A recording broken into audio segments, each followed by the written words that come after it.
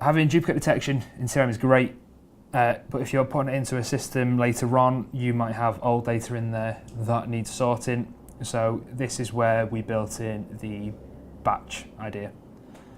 So I can now go to a rule set, I can go to my account rule set, which is solely active fuzzy names that don't conflict on phone, and I can run a batch. So if I press run batch, this creates me a new record of type DG job, gives me a title, I can change that if I want to, sets me as the owner automatically, pre-fills the rule set in for me, and it gives me this option for auto merge. If you remember, during the multi-record merge, we had the option for a quick merge.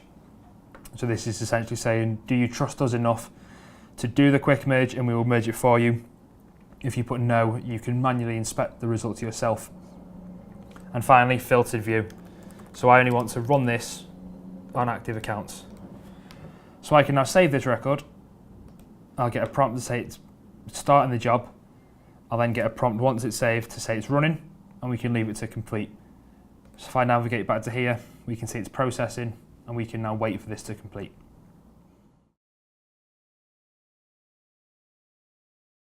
So if I now refresh this, we can see we have completed. Let's view the results. Have we completed on time?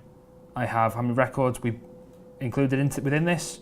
I have how many unique records we decided to use, and also how many duplicates we found within it itself. Here we have groupings, so we group anything that are potential duplicates together. We have a group here. The idea is to remove all your unsolved groups to solved groups, and that's your duplicate done. So I can now resolve duplicates. This will help me work through it. Pressing this opens up the multi-record merge window we're now used to seeing. The only difference is now at the bottom we have progress, how many remaining, 100% bar, and we can save and next or skip.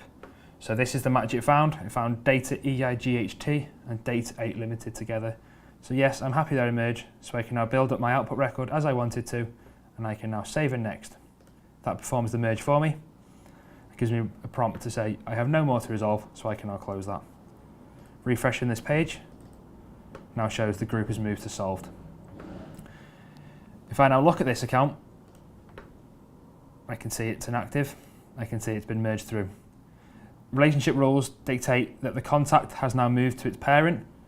So now I'm probably wise to run a set of contact dedupes as well, because I will have made maybe some new duplicates in the system. So I can now go to contact with my basic rule set, fuzzy first name, fuzzy full name match, excuse me, within the same company active, or matching on telephones within the same company. Run batch. This time, however, I've got faith in the system and I would like to auto merge. So again, I can press save. I get the prompt to say it's being saved, and then the prompt to say leave it to run. So now I can see it processing, and now I need to wait for this to complete. So when I refresh this, we can now see it's completed. I have 1,004 records, made 1,001 unique records, and I did find some duplicates. I did also auto merge. So you'll notice that I have already some solved groups. However, I still do have an unsolved group. The reason for the unsolved group is that something within the rule set made me decide I wasn't quite confident enough to fully commit to the merge. However, we've let you know this so you can make a decision yourself manually. So again, resolve duplicates. You'll see now you've already started at 75% because we've done most of the work. Here, we've managed to find a Matt, a Matthew, and a Mark. Now the rule set, if you remember, was full name or telephone number. So the Matt and the Matthew will have found on the full name match. However, we have a phone number in place which is linked the Matt and the Mark. I could probably take a guess that this is supposed to be the case. Mark isn't Matt or Matthew. So even though we have included, we don't want him in this record. So what we can now do is manipulate it slightly. So we can now say we want this one to be the master, and we can untick here to say this is not part of it. So now Mark is not part of this merge we made, and we now have a new output record based on these two records only.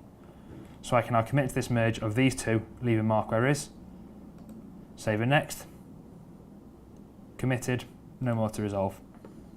Refresh this page, it's now moved here.